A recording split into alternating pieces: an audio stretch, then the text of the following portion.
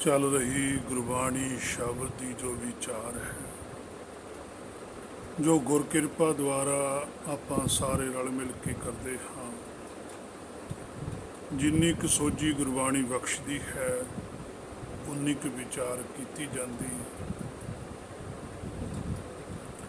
ਅੱਜ ਦਾ ਜੋ ਸਾਹਿਬ ਦਾ ਬਚਨ ਹੈ, ਜਿਸ ਦੀ ਵਿਚਾਰ ਆਪਾਂ ਸਾਰੇ ਗੁਰ ਕਿਰਪਾ ਦੁਆਰਾ ਕਰਾਂਗੇ।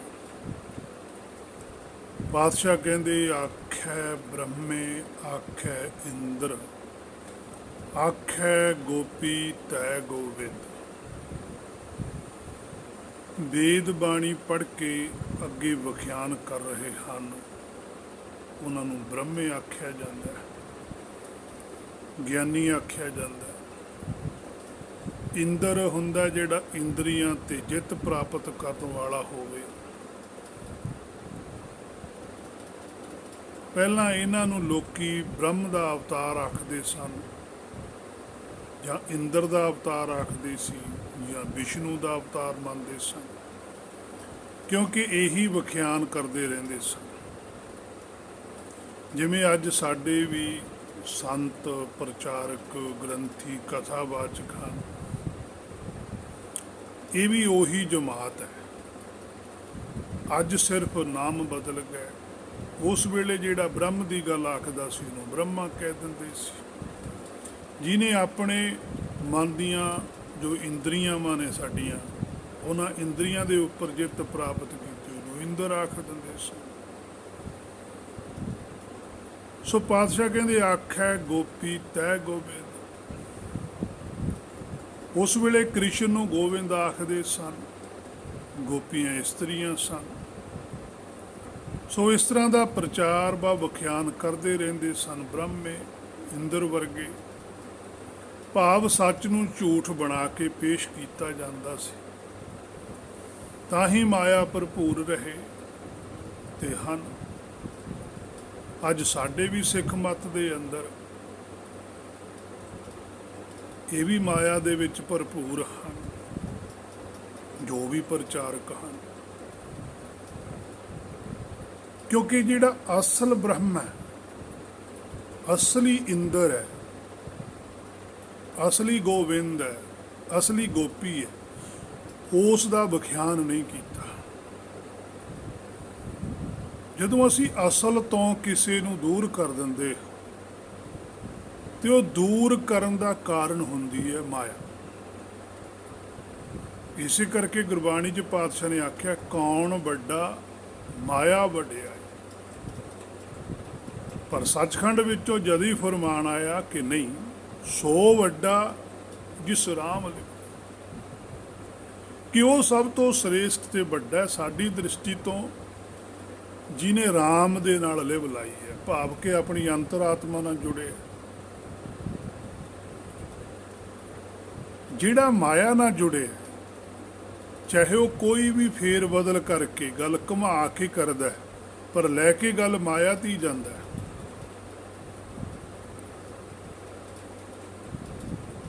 ਭਾਵੇਂ ਉਹ ਬ੍ਰਹਮ ਦੀ ਜਿੱਡੀ ਮਰਜ਼ੀ ਉੱਚੀ ਵਿਚਾਰ ਕਰਦਾ ਹੋਵੇ, ਪਰ ਜੇ ਉਹਦੇ ਅੰਦਰ ਭੁੱਖ ਮਾਇਆ ਦੀ ਹੈ ਤਾਂ ਸੱਚਖੰਡ ਦੀ ਦ੍ਰਿਸ਼ਟੀ ਤੋਂ ਉਸ ਨੂੰ ਸ੍ਰੇਸ਼ਟ ਨਹੀਂ ਗਿਣਿਆ ਜਾਂਦਾ। ਸੁਣ, ਆਖੈ ਬ੍ਰਹਮੇ ਆਖੈ ਇੰਦਰ। ਹੁਣ ਗੁਰਮਤਿ ਦਾ ਵੀ ਬ੍ਰਹਮ ਹੈ। ਗੁਰਮਤਿ ਦਾ ਬ੍ਰਹਮਾ ਕੌਣ ਹੈ? ਆਤਮ ਗਿਆਨੀ, ਬ੍ਰਹਮ ਗਿਆਨੀ। ਤਾਂ ਹੀ ਲਿਖਿਆ ਨਾ ਬ੍ਰਹਮ ਗਿਆਨੀ, ਕਿ ਜਿਹੜਾ ਬ੍ਰਹਮ ਦਾ ਗਿਆਨ ਪ੍ਰਾਪਤ ਕਰ ਲੈਂਦਾ, ਜਿਹੜਾ ਆਪਣੇ ਆਪੇ ਨੂੰ ਜਾਣ ਲੈਂਦਾ, ਉਹ ਗਿਆਨੀ ਹੈ। ਕਿਸੇ ਨੂੰ ਸੱਚ ਸਮਝਾਉਣ ਵਾਲਾ ਬ੍ਰਹਮ ਹੈ। ਭਾਵ ਮਾਇਆ ਚੋਂ ਪ੍ਰਮਾਣ ਦੇ ਕੇ ਹੀ ਸਮਝਾਊ। ਸਮਝਾਉਣਾ ਉਹਨੇ ਵੀ ਮਾਇਆ ਚੋਂ ਹੀ ਹੈ, ਪਰ ਉਹਨੇ ਮਾਇਆ ਤੋਂ ਟੁੱਟਣ ਦੀ ਗੱਲ ਕਰਨੀ ਹੈ, ਮਾਇਆ ਛੱਡਣ ਦੀ ਗੱਲ ਕਰਨੀ ਹੈ। ਜਿਹੜੇ ਸੰਸਾਰੀ ਬ੍ਰਹਮੇ ਨੇ, ਸੰਸਾਰੀ ਇੰਦਰ ਨੇ, ਉਹਨਾਂ ਨੇ ਮਾਇਆ ਨਾਲ ਜੁੜਨ ਦੀ ਗੱਲ ਕਰਨੀ।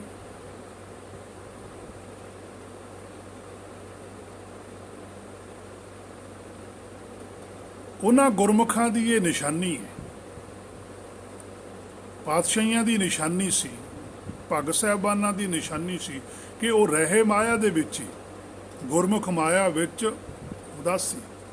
ਉਹਨਾਂ ਨੂੰ ਉਹ ਉਦਾਸ ਸਨ, ਉਹਨਾਂ ਦੇ ਅੰਦਰ ਉਹ ਆਸ ਸੀ ਨਾਮ ਵਾਲੀ। ਉਹਨਾਂ ਦੀ ਸੁਰਤ ਹਰ ਵੇਲੇ ਦਾਸੀ ਬਣ ਕੇ ਰਹਿੰਦੀ ਸੀ।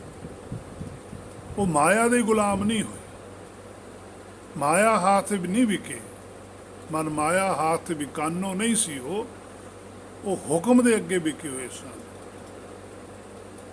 ਇੰਦਰ ਹੁੰਦਾ ਰਾਜਾ, ਤੇ ਰਾਜਾ ਕੌਣ ਹੈ? ਸ਼ਬਦ ਗੁਰੂ। ਕਉ ਹਰ ਸਮਾਨ ਨਹੀਂ ਰਾਜਾ, ਇਹ ਭੂਪਤ ਸਭ ਦਿਵਸ ਚਾਰ ਕੇ ਝੂਠੇ ਕਰਤ ਦੀ ਬਾਜਾ। ਇੰਦਰ ਹੈ ਰਾਜਾ, ਸੁਲਤਾਨ, ਸ਼ਬਦ ਗੁਰੂ ਨਾਲ ਜੁੜਿਆ ਹੋਇਆ ਮਨ। ਜਦੋਂ ਮਨ ਆਪਣੇ ਮੂਲ ਨੂੰ ਪਛਾਣ ਲੈਂਦਾ, ਨਰਪਤ ਏਕ ਸਿੰਘਾਸਨ ਸੋਇਆ, ਸੁਪਨੇ ਭਇਆ ਭਿਖਾਰੀ। ਅਛਤ ਰਾਜ ਵਿਛਰਤ ਦੁਖ ਪਾਇਆ, ਸੋ ਗਤ ਭਈ ਹਮਾਰੀ। ਇਹ ਨਰਪਤ ਹੈ, ਇਹ ਰਾਜਾ ਹੈ। ਮਨ ਸੌਂ ਜਾਂਦਾ ਜਦੋਂ ਮਨ ਦੇ ਅੰਦਰ ਮਾਇਆ ਦੀ ਭੁੱਖ ਪੈਦਾ ਹੋ ਜਾਂਦੀ ਹੈ। ਮਾਇਆ ਦੀ ਇੱਛਾ ਪੈਦਾ ਕਰਨੀ ਹੀ ਨੀਂਦ ਆਉਣੀ ਹੈ। ਤੇ ਜਦੋਂ ਇਹਨੂੰ ਆਪਣੇ ਆਪੇ ਦੀ ਸੋਝੀ ਆਉਂਦੀ ਹੈ, ਸੱਚ ਦੀ ਇੱਛਾ ਕਰਦਾ, ਸੱਚ ਇਹ ਆਪ ਹੀ ਹੈ, ਤੇ ਉਦੋਂ ਇਹ ਜਾਗਰਤ ਅਵਸਥਾ 'ਚ। ਜੋ ਕੁਝ ਵੀ ਮਾਇਆ ਦੇ ਵਿੱਚ ਬੋਲਣਾ ਹੈ, ਉਹ ਮਨ ਦੇ ਦੁਆਰਾ ਹੀ ਬੋਲਿਆ ਜਾਊਗਾ। ਪਰ ਪਹਿਲਾਂ ਮਨ ਮਾਇਆ ਲਈ ਕੁਝ ਬੋਲਦਾ, ਜਦੋਂ ਸੋਝੀ ਆ ਜਾਂਦੀ ਹੈ ਫਿਰ ਮਨ ਮਾਇਆ ਨੂੰ ਛੱਡਣ ਲਈ ਕੁਝ ਬੋਲਦਾ, ਪਰ ਬੋਲਦਾ ਮਨ ਹੀ ਹੈ। ਫਿਰ ਹੁਕਮ ਦੇ ਵਿੱਚ ਬੋਲਦਾ, ਹਉ ਬੁਲਾਇਆ ਬੋਲੇ ਖਸਮ ਦਾ। ਹੁਕਮ ਦੀ ਹੋਈ ਗੱਲ ਕਰਦਾ। ਸੋ ਇਸੇ ਤਰ੍ਹਾਂ ਹੀ ਵੇਦ ਚਾਹੇ ਇਹਨਾਂ ਸ਼ਬਦਾਂ ਦੇ ਅਰਥ ਬਦਲ ਦਿੱਤੇ ਗਏ। ਜਿਵੇਂ ਗੁਰਬਾਣੀ ਚਾਹੇ ਸ਼ਬਦਾਂ ਦੇ ਅਰਥ ਬਦਲ ਗਏ, ਇਸੇ ਤਰ੍ਹਾਂ ਵੇਦ ਦੇ ਅਰਥ ਵੀ ਬਦਲੇ ਗਏ। ਉਹਨਾਂ ਲਈ ਉਹ ਗੁਰਬਾਣੀ ਨੇ ਗੱਲ ਆਖੀ ਸੀ ਵੀ ਤੁਸੀਂ ਇਸ ਤਰ੍ਹਾਂ ਨਹੀਂ ਕਰਨਾ, ਇਹ ਤੁਸੀਂ ਉਪੱਦਰ ਕਰਦੇ ਹੋ। ਗੁਰਬਾਣੀ ਵਿੱਚ ਆਏ ਸ਼ਬਦ ਜਾਂ ਵੇਦ ਵਿੱਚ ਆਏ ਸ਼ਬਦ ਤੁਸੀਂ ਕਿਸੇ ਸੰਸਾਰੀ ਵਿਅਕਤੀ ਦੇ ਨਾਲ ਨਹੀਂ ਜੋੜ ਸਕਦੇ। ਸਗੋਂ ਉਹਨਾਂ ਨੇ ਗੁਰਬਾਣੀ ਦੇ ਸ਼ਬਦਾਂ ਨੂੰ ਮਾਇਆ ਵਿੱਚ ਜੋੜ ਕੇ ਇਹ ਉਪੱਦਰ ਕੀਤਾ, ਇਹ ਗੁਨਾਹ ਕੀਤਾ, ਜਿਹਦੇ ਲਈ ਗੁਰਬਾਣੀ ਨੇ ਸ਼ਬਦ ਵਰਤਿਆ ਮੂਰਖ, ਹਰਾਮਖੋਰ। ਤੇ ਜਿਹੜਾ ਸੰਸਾਰੀ ਬ੍ਰਹਮ ਹੈ, ਜਦੋਂ ਮਨ ਮਾਇਆ ਨਾਲ ਜੁੜ ਕੇ ਚੱਲਦਾ ਉਹ ਬ੍ਰਹਮ ਹੈ। ਜਦੋਂ ਮਨ ਮਾਇਆ ਤੋਂ ਟੁੱਟਦਾ ਤਾਂ ਬ੍ਰਹਮ ਹੈ।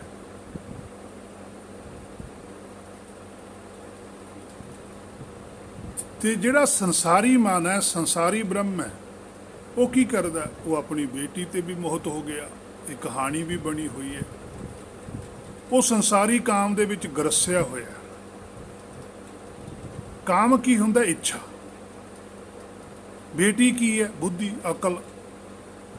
ਉਹ ਮਨ ਆਪਣੀ ਅਕਲ ਦੇ ਉੱਪਰ ਮੋਹਿਤ ਹੋ ਜਾਂਦਾ, ਭਾਵ ਕਿ ਉਹ ਆਪਣੀ ਅਕਲ ਦੇ ਨਾਲ ਹੀ ਚੱਲਦਾ। ਉਹ ਗੁਰ ਕੀ ਅਕਲ ਨਾਲ ਨਹੀਂ ਚੱਲਦਾ, ਗੁਰ ਦੀ ਮੱਤ ਨਾਲ ਨਹੀਂ ਚੱਲਦਾ, ਬ੍ਰਹਮ ਦੀ ਮੱਤ ਨਾਲ ਨਹੀਂ ਚੱਲਦਾ, ਉਹ ਆਪਣੀ ਮੱਤ ਨਾਲ ਚੱਲਦਾ। ਕਾਮ ਹੁੰਦੀ ਹੈ ਇੱਛਾ, ਉਹ ਉਹਦੀ ਇੱਛਾ ਦੇ ਅਨੁਸਾਰ ਚੱਲਦਾ। ਜਿਵੇਂ ਹੁਣ ਹੇ ਮੇਰੇ ਮਨਾ ਤੂੰ ਚੱਲਦਾ, ਤੇਰੇ ਅੰਦਰ ਜਿਹੜੀ ਇੱਛਾ ਹੈ, ਤੇਰੀ ਜਿਹੜੀ ਬੁੱਧੀ ਹੈ, ਉਹ ਤੇਰੀ ਬੇਟੀ। ਇਹ ਨਿਰਾਕਾਰੀ ਰਿਸ਼ਤੇ। ਤੂੰ ਤੇ ਮੋਤ ਹੋ ਜਾਂਦਾ, ਉਹ ਕਹਿੰਦੀ ਆਹ ਚੀਜ਼ ਚਾਹੀਦੀ ਹੈ, ਜਿਵੇਂ ਮਰਜ਼ੀ ਲੈ ਕੇ ਉਹ ਫਿਰ ਉਹ ਲੈਣ ਜਾਂਦੀ।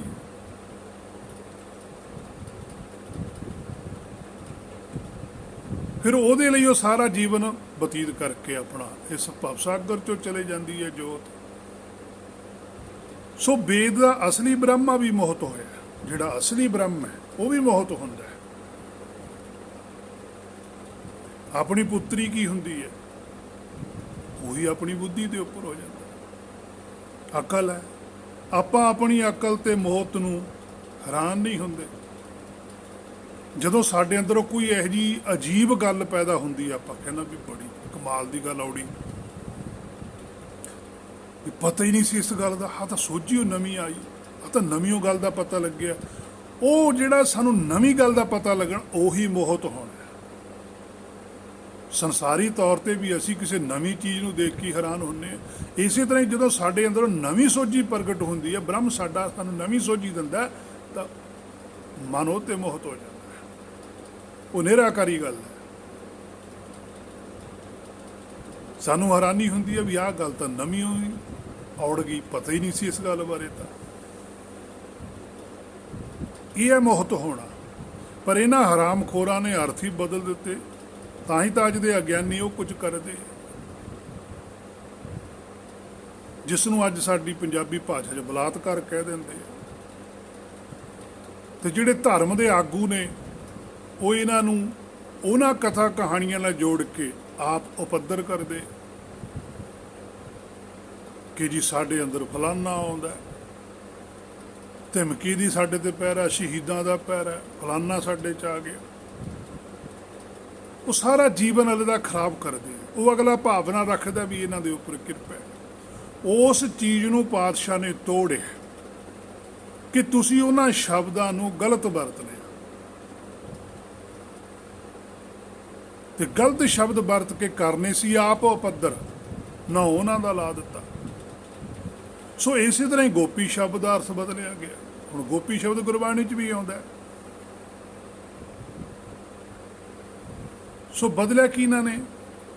ਜਿਹੜੇ ਆਪ ਅਗਿਆਨੀ ਸਨ ਕਿ ਜੀ ਕ੍ਰਿਸ਼ਨ ਭਗਵਾਨ ਜੀ ਗੋਪੀਆਂ ਨਾਲ ਰਾਸ ਲੀਲਾ ਕਰਦੇ ਸਨ, ਉਹ ਅੱਜ ਵੀ ਕਰਦੇ ਹਨ। ਬਸ ਉਹੀ ਗੱਲ ਬਣਾ ਲਈ ਕਿ ਜੀ ਕ੍ਰਿਸ਼ਨ ਜੀ ਇਸ ਤਰ੍ਹਾਂ ਕਰਦੇ ਸੀ ਕਿ ਜੀ ਲੜਕੀਆਂ ਨਹਾ ਰਹੀਆਂ ਸਨ, ਕ੍ਰਿਸ਼ਨ ਕੱਪੜੇ ਚੁੱਕ ਲੈਂਦਾ ਤੇ ਆਖਦਾ ਹੈ ਕਿ ਕੱਪੜੇ ਦੇਵਾਂਗਾ ਤਾਂ ਜੇ ਇਸੇ ਤਰ੍ਹਾਂ ਹੀ ਬਾਹਰ ਆਊਗੀ। ਤੇ ਲੜਕੀਆਂ ਵਿਚਾਰੀਆਂ ਕਹਿੰਦੇ ਉਸੇ ਤਰ੍ਹਾਂ ਹੀ ਬਾਹਰ ਆਈਆਂ, ਫਿਰ ਕੱਪੜੇ ਦਿੱਤੇ। ਇਹ ਕਹਾਣੀ ਬਣਾਈ ਹਰਾਮਖੋਰਾਂ ਨੇ, ਜਿਨ੍ਹਾਂ ਨੇ ਆਪ ਉਪੱਦਰ ਕਰਨਾ ਸੀ। ਪਰ ਜਦ ਕਿ ਗੱਲ ਕੁਝ ਹੋਰ ਸੀ, ਅਸਲ ਗੱਲ ਨੂੰ ਖਰਾਬ ਕਰਿਆ।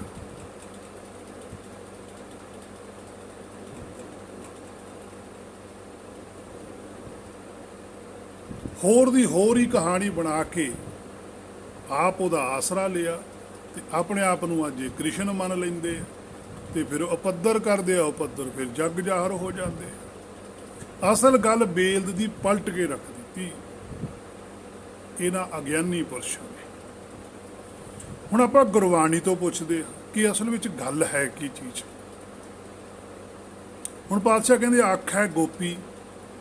ਹੁਣ ਗੋਪੀ ਹੈ ਜਿਹੜੀ ਉਹ ਕੁਛ ਆਖਦੀ ਹੈ, ਉੱਥੇ ਤਾਂ ਕੁਛ ਵੀ ਨਹੀਂ, ਉੱਥੇ ਤਾਂ ਕ੍ਰਿਸ਼ਨ ਆਖਦਾ ਦਿਖਾਇਆ ਗੋਪੀਆਂ ਨੂੰ।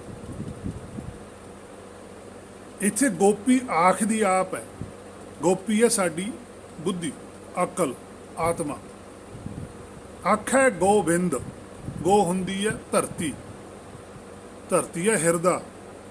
ਬਿੰਦ ਹੈ ਉਹਦਾ ਮੂਲ, ਬਿੰਦ ਹੈ ਉਹਦਾ ਮਾਲਕ, ਜਿਹੜਾ ਹਿਰਦੇ ਦੇ ਅੰਦਰ ਬੈਠਾ। ਉਹਨੂੰ ਉਹ ਕੁਛ ਕਹਿੰਦੀ ਹੈ। ਅੱਖ ਹੈ ਗੋਪੀ ਤੈ। ਗੋਪੀ ਬੁੱਧੀ ਆਪਣੇ ਮੂਲ ਨੂੰ ਕੁਛ ਕਹਿੰਦੀ ਹੈ, ਜਿਹੜਾ ਹਿਰਦੇ ਦੇ ਅੰਦਰ ਬੈਠਾ। ਆਪਾਂ ਵੀ ਕਈ ਵਾਰ ਆਪਣੇ ਆਪ ਨਾਲ ਨਹੀਂ ਸਲਾਹ ਕਰਦੇ ਬੈਠ ਵੀ ਜੇ ਮਨਾ ਤੂੰ ਐਂ ਕਰ ਲਵੇਂ। ਉਹ ਫਿਰ ਸਲਾਹ ਅਸੀਂ ਕਿਹਦੇ ਨਾਲ ਕਰਦੇ ਹੁੰਦੇ? ਅਸੀਂ ਜਦੋਂ ਆਪਸ ਇਕੱਲੇ ਬੈਠੇ ਹੁੰਦੇ ਅਸੀਂ ਬਹੁਤ ਘਾੜਤਾਂ ਘੜਦੇ ਹਾਂ। ਉਹ ਵੀ ਤਾਂ ਅਸੀਂ ਕਿਸੇ ਨਾਲ ਤਾਂ ਗੱਲ ਕਰਦੇ ਹੀ ਹਾਂ, ਉਹ ਅਸਲ ਵਿੱਚ ਅਸੀਂ ਆਪਣੇ ਮੂਲ ਨਾਲ ਹੀ ਗੱਲ ਕਰਦੇ ਹਾਂ। ਮਨ ਆਪ ਹੀ ਆਪਣੇ ਨਾਲ ਗੱਲ ਕਰਦਾ ਹੈ। ਮਨ ਦਾ ਜਿਹੜਾ ਸ਼ੁੱਧ ਹੈ ਹਿੱਸਾ ਹੈ, ਉਹ ਸਾਡਾ ਮੂਲ ਹੈ। ਮਨ ਦਾ ਜਿਹੜਾ ਅਸ਼ੁੱਧ ਹਿੱਸਾ ਹੈ, ਉਹ ਸਾਡਾ ਮਨ ਹੈ। ਉਸ ਅਸ਼ੁੱਧ ਹਿੱਸੇ ਨੇ ਸ਼ੁੱਧ ਹੋ ਕੇ ਸੁੰਦਰ ਸਰੂਪ ਬਣਨਾ। ਇੰਨੀ ਹੋਈ ਗੱਲ ਹੈ। ਭਾਵ ਜੋ ਹਿਰਦੇ ਵਿੱਚ ਮਾਲਕ ਆਖਦਾ ਹੈ ਉਹੀ ਗੱਲ ਆਖਦੀ ਹੈ। ਹੁਣ ਜੇ ਕੋਈ ਆਖੇ ਵੀ ਇਹ ਅਰਥ ਤਾਂ ਫਿਰ ਆਪਣੇ ਕੋਲੋਂ ਹੀ ਕੀਤੇ ਨੇ, ਫਿਰ ਮੈਂ ਉਸ ਨੂੰ ਇੱਕ ਨਹੀਂ ਬੇਅੰਤ ਬਚਨ ਦੱਸਾਂਗਾ ਕਿ ਤੂੰ ਹੁਣ ਇਹਨਾਂ ਦੇ ਅਰਥ ਕਰ, ਜਾਂ ਟੀਕੇ ਵਿੱਚੋਂ ਦੇਖ ਲੈ ਕੀ ਲਿਖਿਆ ਹੋਇਆ। ਵੈਸੇ ਤਾਂ ਅੱਜ ਕੱਲ੍ਹ ਕੋਈ ਪੁੱਛਦਾ ਹੀ ਨਹੀਂ, ਕਿਉਂਕਿ ਜੇ ਤਾਂ ਕੋਈ ਪੁੱਛਣ ਵਾਲੇ ਹੁੰਦੇ ਤਾਂ ਫਿਰ ਗਲਤ ਪ੍ਰਚਾਰ ਹੀ ਨਾ ਹੁੰਦਾ। ਜੇ ਕੋਈ ਪੁੱਛਣ ਵਾਲਾ ਹੁੰਦਾ ਤਾਂ ਫਿਰ ਕੋਈ ਗਲਤ ਪ੍ਰਚਾਰ ਹੀ ਨਹੀਂ ਸੀ ਕਰ ਸਕਦਾ, ਕਿਉਂਕਿ ਪੁੱਛਣ ਵਾਲਾ ਕੋਈ ਹੈ ਹੀ ਨਹੀਂ। ਪ੍ਰਚਾਰ ਕਰਨ ਵਾਲਿਆਂ ਨੂੰ ਵੀ ਪਤਾ ਵੀ ਕਿਹੜਾ ਕਿਸੇ ਨੇ ਕੁਝ ਪੁੱਛਣਾ, ਦੱਬੀ ਚੱਲੋ।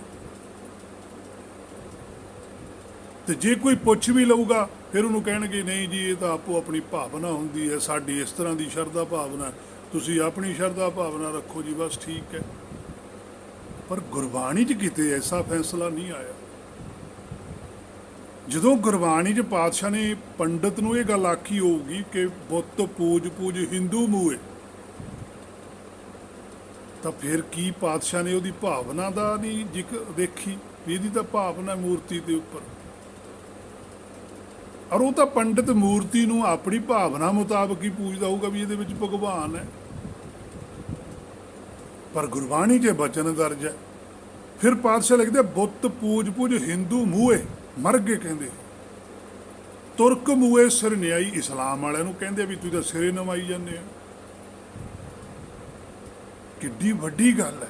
ਉਹ ਕਹਿੰਦੇ ਆ ਵੀ ਸਾਡਾ ਸਿਜਦਾ ਕਰਨਾ ਅੱਲਾ ਦੇ ਦਰ ਤੇ ਕਬੂਲ ਹੁੰਦਾ, ਤੇ ਗੁਰਬਾਣੀ ਜਿਹੜੇ ਪੁਰਖਾਂ ਨੇ ਲਿਖੀ ਉਹ ਕਹਿੰਦੇ ਵੀ ਇਹ ਪਖੰਡ ਹੈ। ਹੁਣ ਕਿੱਧਰ ਨੂੰ ਜਾਵੇ ਬੰਦਾ? ਇਹ ਤਾਂ ਹੁਣ ਗੁਰਬਾਣੀ 'ਚ ਹੀ ਲਿਖਿਆ ਹੋਇਆ ਬਚਨ ਹੈ ਨਾ।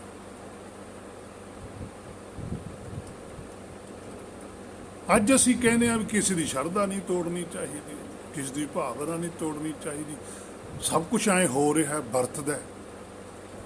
ਪਰ ਹੁਣ ਗੁਰਬਾਣੀ 'ਚ ਤਾਂ ਇਹ ਲਿਖਿਆ ਹੋਇਆ। ਹੁਣ ਇਹਦਾ ਅਰਥ ਕੀ ਕਰੋਗੇ? ਚਲੋ ਤੁਸੀਂ ਆਪਣੇ ਹਿਸਾਬ ਨਾਲ ਹੀ ਅਰਥ ਕਰ ਲਓ ਕਿ ਬੁੱਤ ਪੂਜ ਪੂਜ ਹਿੰਦੂ ਮੂਏ ਤੁਰਕ ਮੂਏ ਸਰਨਿਆਈ, ਓਏਲੇ ਜਾਰੇ ਓਏਲੇ ਗਾਡੇ ਦੋਹੋਂ ਨਹਿ ਗਤ ਪਾਈ ਲਿਖਿਆ ਹੈ ਕਿ ਦੋਨਾਂ ਨੂੰ ਸੋਝੀ ਨਹੀਂ ਆਈ। ਹਿੰਦੂ ਅੰਨਾ ਤੁਰਕੂ ਕਿਆਣਾ, ਹਿੰਦੂ ਅੰਨਾ ਤੁਰਕੂ ਕਾਣਾ, ਦੋਹਾਂ ਤੇ ਗਿਆਨੀ ਸਿਆਣਾ। ਇਹ ਤਾਂ ਹੁਣ ਸਾਰਿਆਂ ਨੂੰ ਹੀ ਆਖਤਾ ਫਿਰ ਪਾਤਸ਼ਾਹ ਨੇ ਕਿ ਹਿੰਦੂ ਦਾ ਅੰਨ ਹੈ, ਤੁਰਕੂ ਕਾਣਾ ਹੈ, ਤੇ ਦੋਹਾਂ ਤੇ ਗਿਆਨੀ ਸਿਆਣਾ। ਗਿਆਨੀ ਤਾਂ ਫਿਰ ਉਹ ਪਾਤਸ਼ਾਹ ਆਪ ਹੀ ਨੇ, ਤੀਜੇ ਦੀ ਤਾਂ ਕਿਸੇ ਦੀ ਗੱਲ ਨਹੀਂ ਕਰਦੇ। ਸੋ ਇਹ ਗੱਲਾਂ ਸਾਡੇ ਹਜਮ ਨਹੀਂ ਆਉਣੀਆਂ। ਸੱਚਾਈ ਬਹੁਤ ਔਖੀ ਹੈ। ਤਾਂ ਹੀ ਪਾਤਸ਼ਾਹ ਨੇ ਲਿਖਿਆ ਸੀ ਆਖਣਾ ਔਖਾ ਸੱਚ ਵਾਲਾ। ਇਹ ਸੁਣਨਾ ਵੀ ਬਹੁਤ ਔਖਾ ਹੈ ਤੇ ਕਹਿਣਾ ਵੀ ਬਹੁਤ ਔਖਾ ਹੈ। ਸੋ ਸਾਨੂੰ ਪੁੱਛਣਾ ਚਾਹੀਦਾ, ਸਵਾਲ ਕਰਨੇ ਚਾਹੀਦੇ ਆ। ਹੁਣ ਆਪਾਂ ਗੁਰਬਾਣੀ ਚੋਂ ਉਸ ਕਥਾ ਕਹਾਣੀ ਬਾਰੇ ਵੀ ਵਿਚਾਰ ਕਰਦੇ ਹਾਂ। ਗੋਪੀ ਭਾਵ ਬੁੱਧੀ, ਅਕਲ, ਕ੍ਰਿਸ਼ਨ ਮਨ, ਮਨ ਦੇ ਦੁਆਰਾ ਬੋਲਣ ਵਾਲਾ ਰਾਮ ਮੂਲ ਹੈ। ਉਹ ਆਖ ਰਿਹਾ ਕਿ ਹੇ ਬੁੱਧੀ ਤੂੰ ਮਾਇਆ ਤੋਂ ਬਾਹਰ ਨਿਕਲ ਕੇ ਫਿਰ ਵਸਤਰ ਮਿਲਣਗੇ। ਜਿਹੜੀ ਉਹ ਕਹਾਣੀ ਬਣਾਈ ਸੀ ਇਹਨਾਂ ਨੇ ਕ੍ਰਿਸ਼ਨ ਵਾਲੀ, ਉਹ ਸਾਡੀ ਆਤਮਾ ਨੂੰ ਸਾਡਾ ਮੂਲ ਕਹਿੰਦਾ ਕਿ ਤੂੰ ਮਾਇਆ ਚੋਂ ਬਾਹਰ ਨਿਕਲ। ਜੇ ਤੂੰ ਮਾਇਆ ਚੋਂ ਬਾਹਰ ਨਿਕਲੇਂਗੀ ਫੇਰ ਮੈਂ ਤੈਨੂੰ ਵਸਤਰ ਦਊਂ, ਭਾਵ ਕਿ ਫੇਰ ਹੀ ਤੈਨੂੰ ਸੱਚ ਮਿਲੂਗਾ। ਸੱਚ ਖਾਣਾ, ਸੱਚ ਪਹਿਨਣਾ, ਸੱਚ ਹੀ ਵਸਤਰ ਹੈ। ਵੀ ਤੂੰ ਮਾਇਆ ਤੋਂ ਬਾਹਰ ਨਿਕਲ ਕੇ ਆ, ਫਿਰ ਤੈਨੂੰ ਵਸਤਰ ਮਿਲਣਗੇ, ਭਾਵ ਕਿ ਨਾਮ ਮਿਲੂਗਾ, ਕਿਉਂਕਿ ਨਾਮ ਹੀ ਤਾਂ ਪੱਤ ਢੱਕਦਾ। ਗੁਰਬਾਣੀ 'ਚ ਬਚਨਾ ਪ੍ਰੇਮ ਪਟੋਲਾ ਤੈਂ ਸਹਿ ਦਿੱਤਾ ਢੱਕਣ ਕੂ ਪਤ ਮੇਰੀ। ਉਹ ਗੱਲ ਤਾਂ ਬ੍ਰਹਮ ਗਿਆਨ ਦੀ ਸੀ, ਜੋੜ ਕੇ ਮਾਇਆ ਚ ਲਿਆਂਦੀ, ਕਿਉਂਕਿ ਆਪ ਜੋ ਐਸਾ ਕਰਨਾ।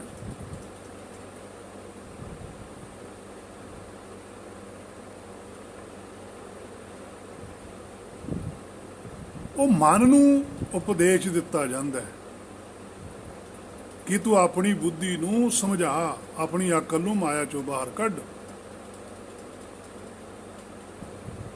ਇਹ ਮਾਇਆ ਵਿੱਚ ਫਸੀ ਹੋਈ ਹੈ, ਇਹਨੂੰ ਬਾਹਰ ਲੈ ਕੇ।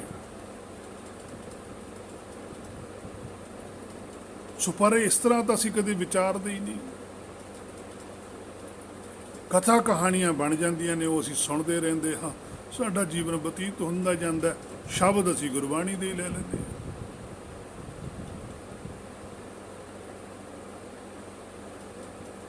ਸੋ ਕਬੀਰ ਸਾਹਿਬ ਵੀ ਆਖਦੇ ਹਨ, ਤੂੰ ਬਾਹਮਣ ਮੈਂ ਕਾਸੀਕ ਜੁਲਾਹਾ, ਬੂਝੋ ਮੋਰ ਗਿਆਨਾ। ਤੁਮ ਤੋਂ ਜਾਚੇ ਭੂਪਤ ਰਾਜੇ, ਹਰਸਿਓ ਮੋਰ ਧਿਆਨਾ। ਹੁਣ ਇਹਦਾ ਗੁਰਬਾਣੀ 'ਚ ਲਿਖਿਆ ਬਚਨ ਹੈ। ਕਹਿੰਦੇ ਤੂੰ ਬਾਹਮਣ, ਮੈਂ ਕਾਸੀਕ ਜੁਲਾਹਾ ਬੁੱਝੋ ਮੋਰ ਗਿਆਨ। ਕਹਿੰਦਾ ਚੱਲ ਤੂੰ ਆਪਣੇ ਆਪ ਨੂੰ ਬ੍ਰਾਹਮਣ ਮੰਨਦਾ ਵੀ ਮੈਂ ਬ੍ਰਾਹਮਣ ਹਾਂ, ਮੇਰੇ ਕੋਲ ਸਾਰਿਆਂ ਨਾਲੋਂ ਵੱਧ ਗਿਆਨ ਹੈ, ਤੇ ਮੈਂ ਤਾਂ ਇੱਕ ਗਰੀਬ ਜਿਹਾ ਜੁਲਾਹਾ ਹੈ ਤੇਰੇ ਹਿਸਾਬ ਨਾਲ, ਜਿਹੜੀ ਗੱਲ ਤੂੰ ਮੰਨਦਾ ਜਾਤ ਪਾਤ ਵਾਲੀ। ਬੁੱਝੋ ਮੋਰ ਗਿਆਨ। ਕਹਿੰਦਾ ਮੇਰਾ ਗਿਆਨ ਬੁੱਝ ਕੇ ਦਿਖਾ, ਜਿਹੜਾ ਗਿਆਨ ਮੇਰੇ ਕੋਲ ਹੈ ਉਹ ਤੂੰ ਦਿਖਾ। ਤੁਮ ਤੋਂ ਜਾਚੇ ਭੂਪਤ ਰਾਜੇ, ਕਹਿੰਦੇ ਤੁਸੀਂ ਤਾਂ ਜਾ ਕੇ ਮੰਗਤੇ ਹੋ ਰਾਜੇ ਦੇ। ਹੈ ਤੂੰ ਬ੍ਰਾਹਮਣ, ਤੂੰ ਗੁਰੂ ਹੈ, ਬ੍ਰਾਹਮਣ ਗੁਰੂ ਕਹਾਉਂਦਾ ਆਪਣੇ ਆਪ ਨੂੰ, ਫਿਰ ਤੂੰ ਜਾ ਕੇ ਮੰਗਦਾ ਰਾਜੇ ਤੋਂ। ਤੁਸੀਂ ਗੁਰੂ ਵੀ ਕਹਾਉਂਦੇ ਹੋ ਤੇ ਜਾ ਕੇ ਮੰਗਦੇ ਹੋ ਪਰਜਾ ਤੋਂ। ਤੁਸੀਂ ਗੁਰੂ ਵੀ ਕਹਾਉਂਦੇ ਹੋ, ਮੰਗਦੇ ਸੰਗਤ ਤੋਂ ਕੁਛ। ਤੇ ਸੰਗਤ ਤੋਂ ਕਿਉਂ ਮੰਗਦੇ? ਸੰਗਤ ਨੂੰ ਤਾਂ ਗੁਰੂ ਦਿੰਦਾ ਹੁੰਦਾ, ਗੁਰੂ ਮੰਗਦਾ ਥੋੜ੍ਹਾ ਹੁੰਦਾ। ਇਸੇ ਕਰਕੇ ਗੁਰੂ ਪਰਮੇਸ਼ਰ ਹੈ, ਪਰਮੇਸ਼ਰ ਦੇ ਰਿਹਾ, ਮੰਗ ਨਹੀਂ ਰਿਹਾ। ਦੱਦਾ ਦਾਤਾ ਏਕ ਹੈ, ਸਭ ਕੋ ਦੇਵਨਹਾਰ, ਦਿੰਦੇ ਤੋਟ ਨਾ ਆਵਈ, ਅਗਨਤ ਭਰੇ ਭੰਡਾਰ। ਉਹ ਹੈ ਗੁਰੂ। ਉਸ ਤੋਂ ਬਿਨਾਂ ਜਿੰਨੀ ਵੀ ਇਹ ਸ੍ਰਿਸ਼ਟੀ ਦੇ ਉੱਪਰ ਜੀਵ ਨੇ ਸਭ ਮੰਗਤੇ, ਪਰ ਮੰਨਦੇ ਹੀ ਨਹੀਂ ਹੈਗੇ। ਜਿਹੜੇ ਧਾਰਮਿਕ ਲੋਕ ਨੇ, ਗੁਰਬਾਣੀ ਪੜ੍ਹਦੇ ਸੁਣਦੇ ਨੇ, ਉਹ ਵੀ ਨਹੀਂ ਮੰਨਦੇ, ਉਹ ਵੀ ਨਹੀਂ ਆਪਣੇ ਆਪ ਨੂੰ ਮੰਗਤਾ ਮੰਨਦੇ। ਉਹ ਕਹਿੰਦੇ ਨਹੀਂ ਜੀ, ਉਹ ਤਾਂ ਆਪਣੇ ਹੁਕਮ ਚਲਾਉਂਦੇ, ਉਹ ਸਾਰਾ ਕੁਝ ਗੁਰਬਾਣੀ ਤੋਂ ਉਲਟ ਕਰਦੇ ਆ। ਇਸੇ ਕਰਕੇ ਪਾਤਸ਼ਾਹ ਕਹਿੰਦੇ ਤੁਮ ਤੋਂ ਜਾਚੇ ਭੂਪਤ ਰਾਜੇ, ਕਹਿੰਦੇ ਤੁਸੀਂ ਤਾਂ ਜਾ ਕੇ ਰਾਜੇ ਦੇ ਅੱਗੇ ਹੱਥ ਅੱਡ ਦਿੰਦੇ ਹੋ, ਫਿਰ ਮੰਗਣ ਦੇ ਤਰੀਕੇ ਬਣਾ ਲੈਂਦੇ ਹੋ ਤੁਸੀਂ। ਹਰ ਸਿਓ ਮੋਰ ਧਿਆਨਾ, ਕਹਿੰਦੇ ਮੇਰਾ ਤਾਂ ਧਿਆਨ ਹਰ ਦੇ ਨਾਲ ਜੁੜਿਆ ਹੋਇਆ। ਮੈਂ ਨਹੀਂ ਕੁਛ ਮੰਗਦਾ ਕਿਸ ਤੋਂ। ਮੰਗਾਂ ਤਾਂ ਮੈਂ ਤਾਂ ਜੇ ਮੈਂ ਕਿਸੇ ਨੂੰ ਕੁਛ ਦੇਣਾ ਹੋਵੇ। ਦੇਣਾ ਤਾਂ ਪਰਮੇਸ਼ਰ ਨੇ, ਜਿਹੜਾ ਕੁਛ ਉਹਨੇ ਮੈਨੂੰ ਦੇਣਾ ਮੈਨੂੰ ਦੇ ਦੇਣਾ, ਜਿਹੜਾ ਕਿਸੇ ਨੂੰ ਦੇਣਾ ਕਿਸੇ ਨੂੰ ਦੇ ਦੇਣਾ। ਜੇ ਮੇਰੇ ਥਰੂ ਵੀ ਕਿਸੇ ਨੂੰ ਦੇਣਾ ਉਹਨੇ ਤਾਂ ਵੀ ਉਹਦੀ ਮਰਜ਼ੀ ਹੈ। ਜੇ ਮੈਨੂੰ ਕੁਛ ਦਿਵਾਉਣਾ ਉਹਨੇ ਕਿਸੇ ਦੇ ਥਰੂ ਤਾਂ ਵੀ ਉਹਦੀ ਮਰਜ਼ੀ ਹੈ। ਨਾ ਮੈਂ ਦੇਣ ਵੇਲੇ ਸ਼ੁਕਰ ਕਰਦਾ ਕਿਸੇ ਦਾ, ਨਾ ਮੈਂ ਲੈਣ ਵੇਲੇ ਸ਼ੁਕਰ ਕਰਦਾ। ਮੈਂ ਸ਼ੁਕਰ ਕਰਦਾ ਪਰਮੇਸ਼ਰ ਦਾ, ਕਿਉਂਕਿ ਦਿੱਤਾ ਵੀ ਉਹਨੇ, ਦਵਾਇਆ ਵੀ ਉਹਨੇ। ਇਸੇ ਕਰਕੇ ਪਾਤਸ਼ਾਹ ਕਹਿੰਦੇ ਹੁਕਮ ਬੂਝ ਪਰਮ ਪਦ ਪਾਈ। ਪਹਿਲਾਂ ਹੁਕਮ ਦਾ ਬੁੱਝੋ, ਫਿਰ ਤੁਹਾਨੂੰ ਪਰਮ ਪਦ ਦਾ ਪਤਾ ਲੱਗਣਾ, ਫਿਰ ਤੁਰਕੀ ਬਾਣੀ ਦਾ ਪਤਾ ਲੱਗਣਾ, ਫਿਰ ਅਸਲੀਅਤ ਦਾ ਪਤਾ ਲੱਗਣਾ ਕਿ ਸੱਚਾਈ ਹੈ ਕੀ। ਇਨ ਅੱਖਰਾਂ ਮੈਂ ਹੈ ਜੋ ਗੁਰਮੁਖ ਬੂਝੈ, ਈਵੜੀ ਆਦ ਪੁਰਖ ਹੈ ਦਾਤਾ, ਸਭ ਮੈਂ ਸੱਚਾ ਸੋਈ। ਇਨ ਅੱਖਰਾਂ ਮੈਂ ਜੋ ਗੁਰਮੁਖ ਬੂਝੈ ਤਿਸ ਸਿਰ ਲੇਖਣਾ। ਇਹ ਅੱਖਰ ਨੇ ਗੁਰਬਾਣੀ ਸਾਡੇ ਕੋਲ ਦਿੱਤੀ ਹੈ, ਇਹਨਾਂ 'ਚੋਂ ਅਸੀਂ ਬੁਝਾਰਤ ਬੁੱਝਣੀ, ਤੇ ਜਿੰਨਾ ਚਿਰ ਅਸੀਂ ਬੁਝਾਰਤ ਨਹੀਂ ਬੁੱਝਦੇ ਉਹਨਾਂ ਚਿਰ ਵੀ ਸੰਸਾਰ 'ਚ ਰਹਾਂਗੇ। ਸੋ ਅੱਜ ਸਾਡੇ ਵੀ ਇਹੀ ਵਿਖਿਆਨ ਹੈ ਕਿ ਜੀ ਮੂਲ ਮੰਤਰ ਪੜ੍ਹੀ ਜਾਓ, ਸਭ ਕੁਝ ਇਸੇ ਵਿੱਚ ਹੀ ਹੈ। ਫਿਰ ਇੰਨੀ ਗੁਰਬਾਣੀ ਲਿਖਣ ਦੀ ਕੀ ਲੋੜ ਪਈ? ਫਿਰ ਇਹ ਮੂਲ ਮੰਤਰ ਜਾਂ ਤਾਂ ਧਰੂਹ ਜੀ ਤੇ ਪ੍ਰਹਲਾਦ ਜੀ ਦੇ ਕੋਲ ਤਾਂ ਹੈ ਨਹੀਂ ਸੀ, ਕਿਸੇ ਭਗਤ ਸਾਹਿਬਾਨ ਜੀ ਕੋਲ ਨਹੀਂ ਸੀ। ਫਿਰ ਉਹਨਾਂ ਨੇ ਕੀ ਜਪਿਆ? ਫਿਰ ਕਈ ਆਖਣਗੇ ਜੀ ਉਹ ਤਾਂ ਰਾਮ ਰਾਮ ਜਪਦੇ ਸੀ। ਫਿਰ ਹੁਣ ਕਿਉਂ ਨਹੀਂ ਰਾਮ ਰਾਮ ਕਹਿੰਦੇ? ਹੁਣ ਅਸੀਂ ਤਾਂ ਸ਼ਬਦ ਹੀ ਬਣਾਤਾ ਵੀ ਰਾਮ ਰਾਮ ਹਿੰਦੂਆਂ ਦਾ, ਅੱਲਾ ਅੱਲਾ ਮੁਸਲਮਾਨਾਂ ਦਾ, ਗੋਡ ਗੋਡ ਈਸਾਈਆਂ ਦਾ, ਵਾਹਿਗੁਰੂ ਵਾਹਿਗੁਰੂ ਸਿੱਖਾਂ ਦਾ। ਫਿਰ ਸਾਨੂੰ ਅਲਰਜੀ ਕਿਉਂ ਹੈ? ਫਿਰ ਅਸੀਂ ਸਿੱਖਾਂ ਨੂੰ ਇਹ ਕਿਉਂ ਨਹੀਂ ਕਹਿੰਦੇ ਵੀ ਤੁਸੀਂ ਰਾਮ ਰਾਮ ਜਪੋ? ਨਹੀਂ ਕਹਿ ਸਕਦੇ, ਕਿਉਂਕਿ ਸਾਡੇ ਅੰਦਰ ਮੈਲ ਹੈ। ਜਦ ਕਿ ਗੁਰਬਾਣੀ ਰਾਮ ਰਾਮ ਜਪਣ ਦੀ ਗੱਲ ਕਰਦੀ ਹੈ।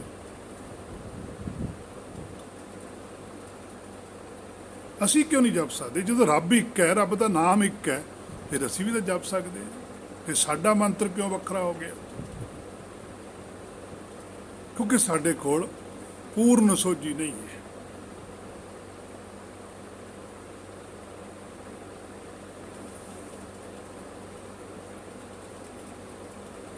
ਸੋ ਜਦ ਕਿ ਗੁਰਬਾਣੀ ਦੇ ਅੰਦਰ ਲਿਖਿਆ ਵੀ ਰਾਮ ਰਾਮ ਕਰਤਾ ਸਭ ਜਗ ਫਿਰੇ, ਰਾਮ ਨਾ ਪਾਇਆ ਜਾਵੇ। ਸੋ ਖੇਡ ਹੈ ਕੋਈ ਸ਼ੋ। ਜਿੰਨਾ ਚਿਰ ਸਾਨੂੰ ਉਹ ਨਹੀਂ ਨਾ ਸਮਝ ਆਉਂਦੀ, ਉਹਨਾਂ ਚਿਰ ਗੱਲ ਨਹੀਂ ਬਣਦੀ। ਕੋਈ ਆਖਦਾ ਕਿ ਜਪਜੀ ਸਾਹਿਬ ਦੇ ਪਾਠ ਕਰੋ, ਕੋਈ ਕਹਿੰਦਾ ਸੁਖਨੀ ਸਾਹਿਬ ਪੜ੍ਹੋ, ਕੋਈ ਕਹਿੰਦਾ ਬਾਵਨ ਅੱਖਰੀ ਪੜ੍ਹੋ, ਕੋਈ ਕੁਝ ਕੋਈ ਕੁਝ। ਕਈ ਤਾਂ ਇੱਥੋਂ ਤੱਕ ਵੀ ਕਹਿੰਦੇ ਸੁਣੇ ਕਿ 9ਵੇਂ ਮਹੱਲੇ ਦੇ ਸ਼ਲੋਕ ਪੜ੍ਹ ਲਓ ਤੇ ਪੂਰੇ ਅਖੰਡ ਪਾਠ ਦਾ ਫਲ ਮਿਲ ਜਾਂਦਾ ਹੈ। ਸਭ ਦਾ ਆਪੋ ਆਪਣਾ ਵਿਖਿਆਨ ਹੈ, ਪਰ ਗੁਰਬਾਣੀ ਕੀ ਕਹਿੰਦੀ ਹੈ ਉਹ ਕਿਸੇ ਨੂੰ ਨਹੀਂ ਦੱਸਦੀ। ਜੋ ਗੁਰਬਾਣੀ 'ਚ ਲਿਖਤ ਹੈ ਉਹ ਨਹੀਂ ਕਿਸੇ ਨੂੰ ਦੱਸੀ ਜਾ ਰਹੀ। ਹਰ ਕੋਈ ਆਪੋ ਆਪਣੀ ਮੱਤ ਬਣਾ ਕੇ ਚਲਾ ਰਿਹਾ। ਹੁਣ ਗੁਰਬਾਣੀ 'ਚ ਫਲ ਕੀ ਹੈ? ਸਾਡੇ ਫਲ ਕੋਈ ਹੋਰ ਦੱਸਦੇ ਆ, ਗੁਰਬਾਣੀ 'ਚ ਫਲ ਕੁਝ ਹੋਰ ਹੈ। ਨਾਨਕ ਗੁਰ ਸੰਤੋਖ ਰੁਖ, ਧਰਮ ਫੁੱਲ ਫਲ ਗਿਆਨ ਹੈ। ਫਲ ਕੀ ਹੈ? ਗਿਆਨ ਹੈ। ਕਿ ਜਦੋਂ ਤੁਹਾਨੂੰ ਬ੍ਰਹਮ ਦਾ ਗਿਆਨ ਹੋ ਜਾ, ਸਮਝ ਲਓ ਫਲ ਮਿਲ ਗਿਆ। ਸਾਡੇ ਫਲ ਕੀ ਦਿੰਦੇ ਆ? ਮਾਇਆ ਦਾ। ਸਾਡੇ ਫਲ ਕੀ ਦਿੰਦਾ? ਮੁੰਡਾ ਹੋ ਗਿਆ ਜੀ, ਫਲ ਮਿਲ ਗਿਆ। ਗੱਡੀ ਮਿਲ ਗਈ ਤਾਂ ਫਲ ਮਿਲ ਗਿਆ ਜੀ, ਸੇਵਾ ਦਾ। ਉਹ ਸੇਵਾ ਕੀਤੀ ਤੁਸੀਂ ਪਰਮੇਸ਼ਰ ਦੀ, ਸੱਚ ਦੀ ਸੇਵਾ ਕਰਕੇ ਫਲ ਮਿਲੇ ਝੂਠਾ, ਇਹ ਕਿੱਥੋਂ ਹੋ ਸਕਦਾ? ਨਾਮ ਜਪਿਆ, ਸੱਚ ਨੂੰ ਜਾਣਿਆ, ਤੇ ਸੱਚ ਨੂੰ ਜਾਣ ਕੇ ਝੂਠੀ ਵਸਤੂ ਮਿਲ ਜਾਣੀ ਕਿਤੇ ਸੌਖੀ ਚੰਗੀ ਗੱਲ ਹੈ। ਕੋਈ ਬੰਦਾ ਮਿਹਨਤ ਕਰਕੇ ਜਾਵੇ, ਉਹਨੇ ਸਾਰੀ ਦਿਹਾੜੀ ਕੀਤੀ, ਉਹਨੂੰ ਰੁਪਈਏ ਦੇ ਦੇਵੇ ਕੋਈ ਜਾਲੀ, ਤੇ ਜਦੋਂ ਉਹਨੂੰ ਪਤਾ ਲੱਗੂ ਵੀ ਇਹ ਤਾਂ ਨੋਟ ਜਾਲੀ ਹੈ, ਤਾਂ ਉਹਦੇ ਉੱਤੇ ਕੀ ਬੀਤੂਗੀ ਵੀ ਮੈਂ ਤਾਂ ਇੰਨੀ ਮੁਸ਼ੱਕਤ ਕਰਕੇ ਕੰਮ ਕੀਤਾ, ਮੈਨੂੰ ਜਾਲੀ ਨੋਟ ਦੇਤਾ। ਹੇ ਮੇਰੇ ਮਨਾ, ਆਪਣੇ ਅੰਦਰ ਜਾਤੀ ਮਾਰ, ਆਪਨੜੇ ਗਰੀਬਾਨ ਮੈਂ ਸਿਰ ਨੀਵਾਂ ਕਰ ਵੇਖ, ਕਿ ਜਦੋਂ ਤੂੰ ਸਰੀਰ ਛੱਡ ਕੇ ਜਾਏਗਾ ਉਹ ਤੈਨੂੰ ਵੀ ਪੁੱਛਣਗੇ ਵੀ ਲਿਆ। ਜਦ ਤੂੰ ਆਪਣਾ ਉਹਨਾਂ ਦੇ ਅੱਗੇ ਰੱਖੇਗਾ, ਉਹਨੇ ਕਹਿਣਾ ਇਹ ਤਾਂ ਸਾਰੇ ਜਾਲੀ ਹੈ। ਕਿਉਂ ਆਖਿਆ ਗੁਰਬਾਣੀ 'ਚ ਗਾਵੋ ਸੱਚੀ ਬਾਣੀ? ਇਹਦਾ ਮਤਲਬ ਝੂਠੀ ਬਾਣੀ ਹੈ। ਬਾਣੀ ਵੀ ਝੂਠੀ ਹੈਗੀ ਹੈ, ਇਹਦਾ ਮਤਲਬ ਸੱਚੀ ਲੱਭਣੀ ਪਊਗੀ। ਫਿਰ